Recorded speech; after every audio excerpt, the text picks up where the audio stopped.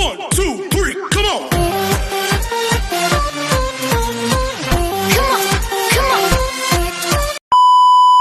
Hello beautiful people! Welcome back to my channel. This is your Mama Sam. Hola mga amigo, amiga, kumare at kumpare. Kamusta kayong lahat? Sana lahat po kayo ay okay at safe ngayong araw na ito. At syempre, kung ako naman ang tatanungin nyo, nakikita naman ninyo ang beauty ng Mama Sam ninyo. Fresh overload pa rin, di ba? Ganyan talaga kapag umiinom ka ng maraming vitamin C plus kumakain ka ng maraming banana. Dahil sa banana, mas nakakaloka ang kagandahan ng mamasam ninyo. Charot! So, kamusta naman kayong lahat? Sana lahat kayo ay okay na okay ngayong araw ng Wednesday. So, happy Wednesday sa atin lahat ng bonggam-bongga. At hindi lang yan, syempre gusto ko rin magpasalamat sa walang sawang tumatangkilik dito sa Mama Sam Vlog, araw-araw, lagi-lagi. Maraming salamat guys sa pagmamahal at support na binibigay ninyo. At hindi lang yan, sa lahat syempre ng makasolid na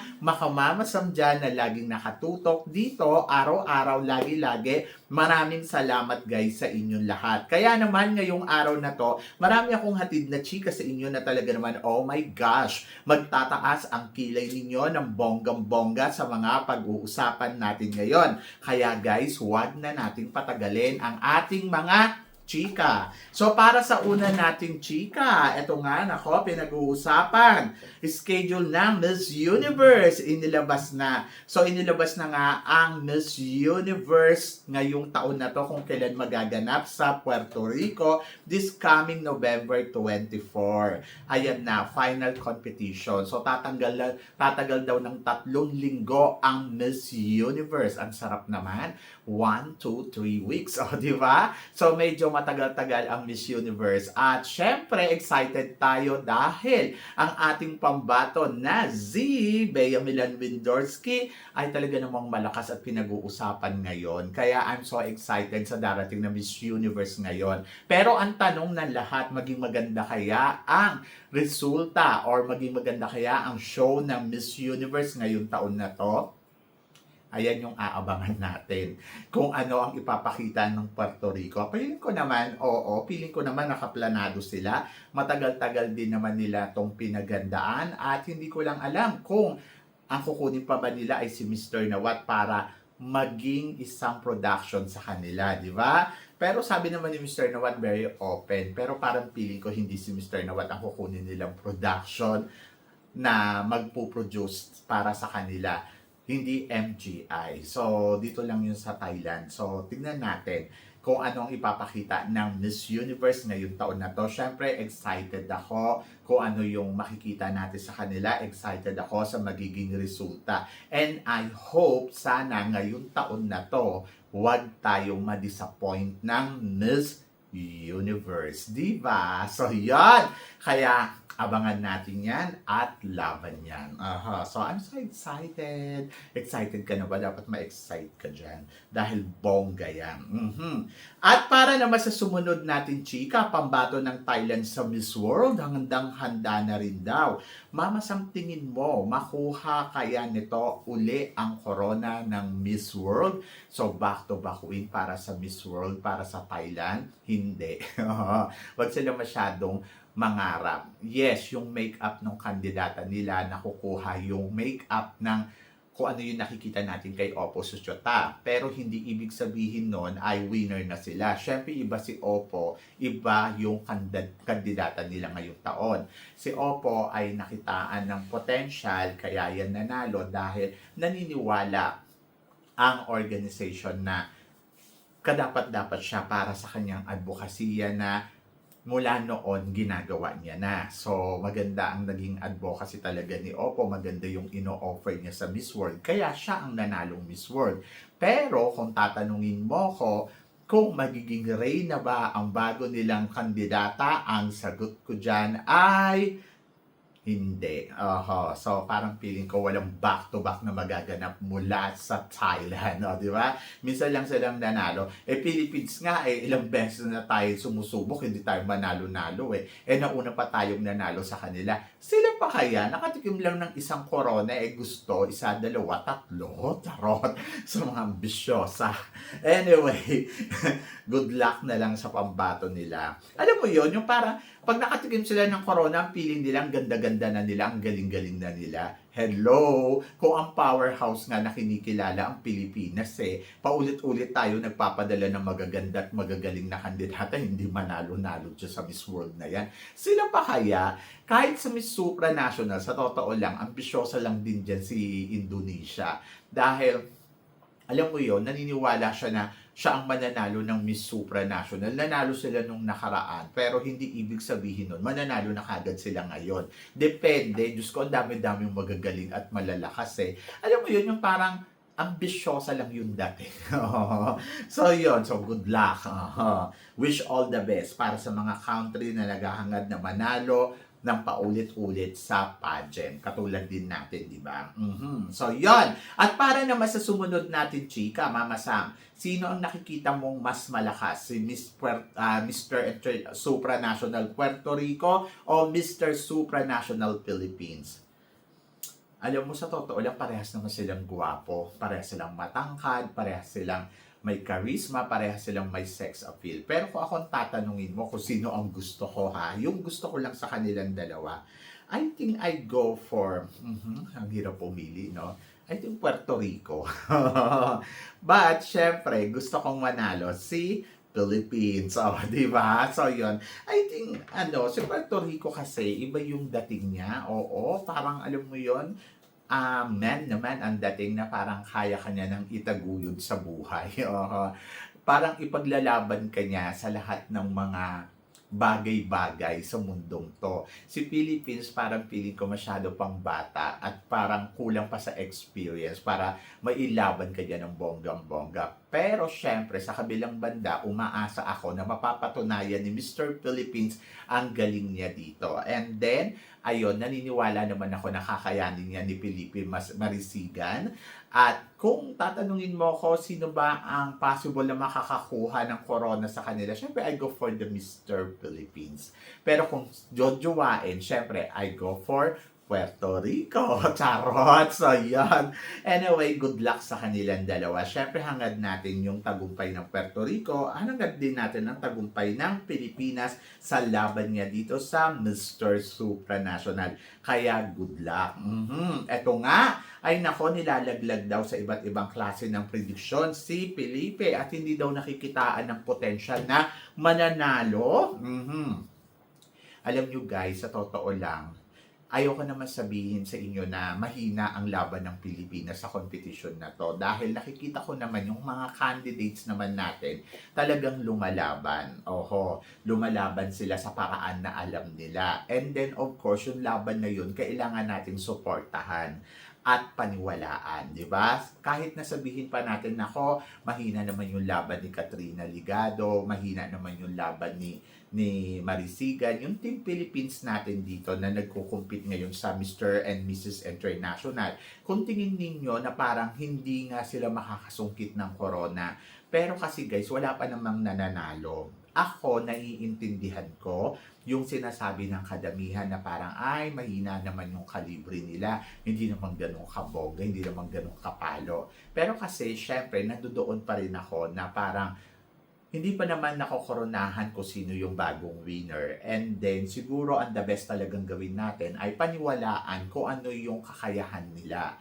And then, siguro sa kanilang tayo magbibigay ng bonggang-bonggang reaction pag natapos na yung laban. But for now, gusto kong paniwalaan yung laban ni Katrina Ligado. Gusto kong paniwalaan niya na kaya niyang manalo hanggat hindi pa natatapos ang competition. Yes, may nakikita ako na potential na pwedeng kumuha ng corona, pero nandoon pa rin ako sa part na hindi din naman natin alam. Malay naman natin, di ba, na sa kanya pala ang huling halakhak. Kasi lumalaban naman at may ganda at lumalaban talaga ng bonggang-bongga. And then si Felipe naman, ganun din, hindi din na papasama sa number 1 spot or sa top 5 ng mga prediction. Re-respetohin natin yung desisyon na kung sino man ang mga gumagawa ng prediction dyan. Pero nandoon pa rin ako sa part na mas paniniwalaan ko pa din ang bansa ko na kayang mag-penetrate ng bonggang-bongga hanggang sa dulo ng kompetisyon. Siguro, ando doon ako na pangahawakan ko yung tiwala ko sa kanila, di ba? Na naghanda sila. Kung si Kenneth Marcel, kung si Kenneth Kabungkal nga na kaya nang tumungtong sa top 5, bakit itong si Felipe hindi kaya, di ba? Kung si, di ba, tawag dito, si Tara Valencia, nakuhang makarating sa top 5 ng Miss Supranational. Bakit hindi kakayanin ni Katrina Ligado? So, ibig sabihin, kailangan lang natin pagkatiwalaan yung galaw talaga ng mga pambato natin. And then, wish all the best para sa atin lahat. Siyempre, samahan natin ng bonggang-bonggang suporta. Kaya nga hindi ako tumitigil sa kakapromote sa kanila at kakakonvince sa inyo na alam mo yon na paniwalaan lang natin guys. Malay naman natin, di ba? At huwag kayong maniniwala sa mga sabi-sabi. Doon tayo sa ano ba yung ipapakita nila at may nakita na ba kayo na galawan? So, tingnan muna natin kung ano yung first event nila and then doon natin malalaman. Ang first event nila ay sa darating na linggo. So, doon, magkakaalaman kung sino nga ba ang bongga, di ba? So, yon laban yan, Philippines, kaya natin yan. Basta, magtiwala lang tayo, di ba? So, good luck! So, para naman sa sumunod natin, chika, pambato ng Palawan sa Reyna Pilipinas, tingin mo, Mama Sam, may ibubuga ba sa kompetisyon? To be honest, ako para kay Angelica Lopez, naniniwala ako na siya ang dapat manalo ng Miss Grand Philippines. Para sa akin ha. Kasi syempre, kung Reyna ang pag-uusapan, isa ng tunay na Reyna si Angelica Lopez. Kasi nanalo na siya ng national pageant sa Binibining Pilipinas. Isang prestigious pageant na talaga namang masasabi ko na hanggang ngayon ay patuloy pa rin kumikinang ang pageant na to. And then, ako para sa akin, kung gusto ng Reyna Pilipinas na pag-usapan sila ng bonggang-bongga sa Miss Grand at subaybayan ang magiging Reyna nila sa Miss Grand.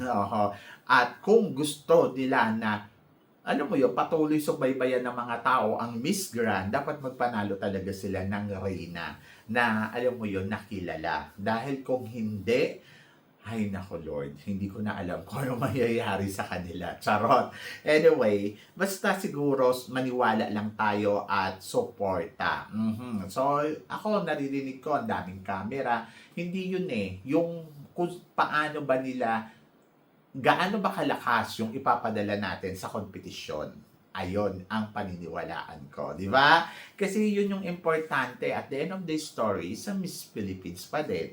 Kung magpapadala ka ng mahina, anong mangyayari? Di ba? So, yan. So, basta magtiwala lang tayo. Ako, Angelica Lopez, I think it's perfect for the Miss Grand Philippines. So, let's see. Kasi di ba, may pangalan, mapag-uusapan, may intriga.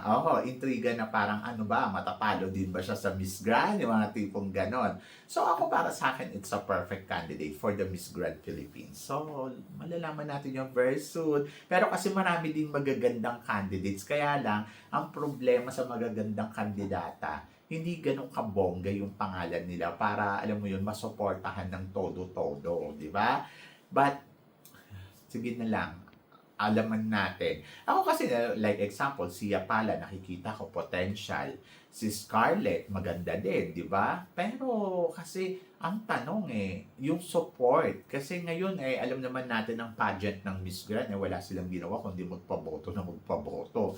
Di ba? So, paano? Anong mangyayari sa kandidata natin kung walang supporters? So, dapat talaga may suporta. Ako, real talk lang ako I'm not against sa pageant ng Reyna Pilipinas. I love Miss Grand.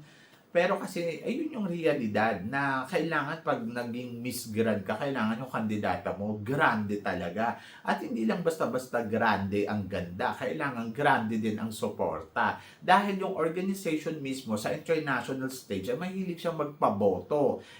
Anong mangyayari sa kandidata natin kung walang boboto?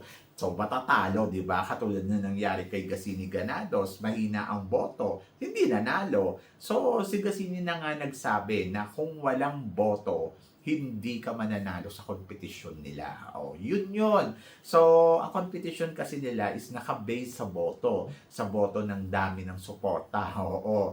At lalo na ang MGI All-Stars, di ba? So, kailangan dyan may pera ka eh. Kung wala kang pera, walang mangyayari sa'yo. Nga ang magiging laban mo dyan.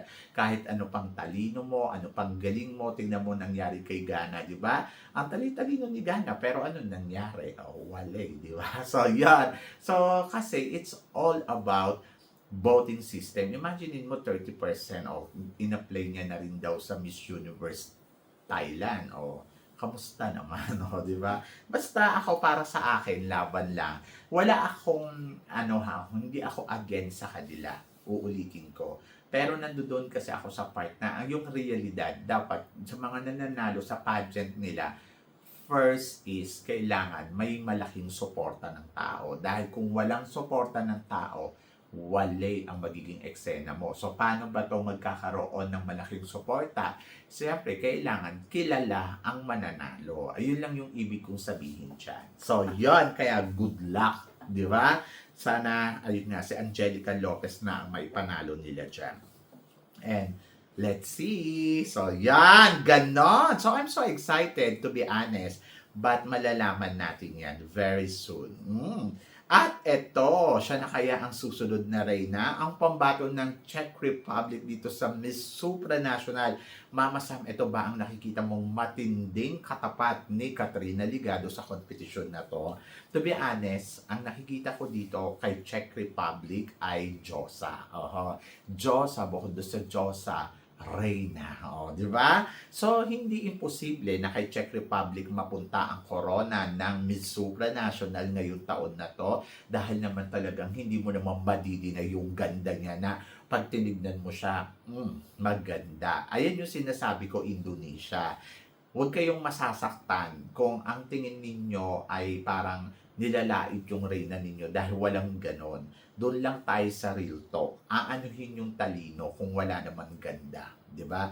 At syempre, isa sa mga beauty contest, kaya nga siya beauty contest nagbe-base talaga sila sa ganda ng kandidata. At si Czech Republic, ang isa sa mga maituturing mong mukhang mamahalin, mukhang Diyosa, at syempre, reynang-reyna talaga ang dating. Kaya hindi imposible na mapunta ang supranational title dito kay Czech Republic. Huwag kayong magulat kung sakaling ganun ang mangyari. Kasi naman, you cannot deny. Yung beauty na meron siya, kahit ako yung organization, pipiliin ko siya kung ganda din naman ang pag-uusapan. Pero syempre, umaasa pa rin ako na ang ating pambato na si Katrina Ligado ay may ganda din naman. In fairness naman sa ganda ni Katrina Ligado ay pumapalag din talaga. Yung styling, di ba, morena beauty nga lang. And then, malaman natin, yes, maituturing ko talagang si Czech Republic talaga ang isa sa mga tinik kay Katrina Ligado dito sa kompetisyon ng Miss Supranational. Hindi si Indonesia. Di ba? So, yon. So, pero you cannot underestimate yung kakayahan ni Indonesia. Pwede din si Indonesia din kasi makarating sa top 5. Pero not winner. Ayun lang yun. So, hindi talaga ako naniniwala dyan. Kaya kung naniniwala sila, sila yon, hindi ako. Ganon! So, yun. So, paniwalaan nila kung ano yung gusto nilang paniwalaan. Paniniwalaan ko kung ano yung gusto kong paniwalaan. Ganon. At para naman sa sumunod na chika, pambato natin sa Miss Globe, siya na kaya ang susunod na kokoronahan. Well, ang masasabi ko kay Sasha, ang ganda-ganda niya. Nagmumura ang ganda. Magkamukha kaming dalawa. Charot. Anyway, ako naniniwala din ako kay Sasha na, alam mo yun, kakabog sa competition. Sabi ko nga sa inyo, gusto ko lang konting magpapayat para mas bongga pa. Si Sasha magaling sa performance, maganda, hindi mo madidinay yung ganda. May talino din, marunong din sumagot, di ba? So looking forward syempre ako sa ipapakita ni Sasha na preparasyon, transformation sa competition ng Miss Globe. Na gagawin dito sa Thailand. I think yung beauty niya pasok na pasok dito sa Thailand. Paano naman kasi, Diyos ko Lord, nakikita niyo ba yung ganda ng babaitang to? Oh my gosh, nagmumura talaga yung ganda niya, di ba? So ako looking forward ako. Sabi ng gano'n, mag-focus lang at hindi imposible na manalo sa kompetisyon, di ba? So 555 and laban. So ano yan, maganda yung aura, maganda yung ipinapakita. Sana lang ma-maintain niya hanggang December kasi malapit-lapit na rin naman ang Miss Globe.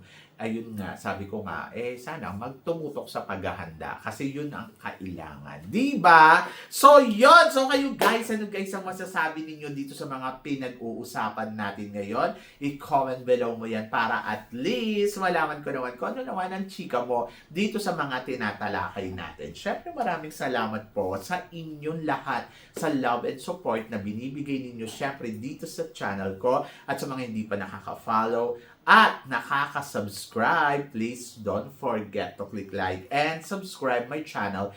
At i-click nyo na rin po ang notification bell to more updated syempre sa aking mga chika. Sabi ng ganon, always keep smiling and laban lang. So guys, hanggang dito na lang. Hanggang sa muli nating chikahan. See you tomorrow. Thank you guys.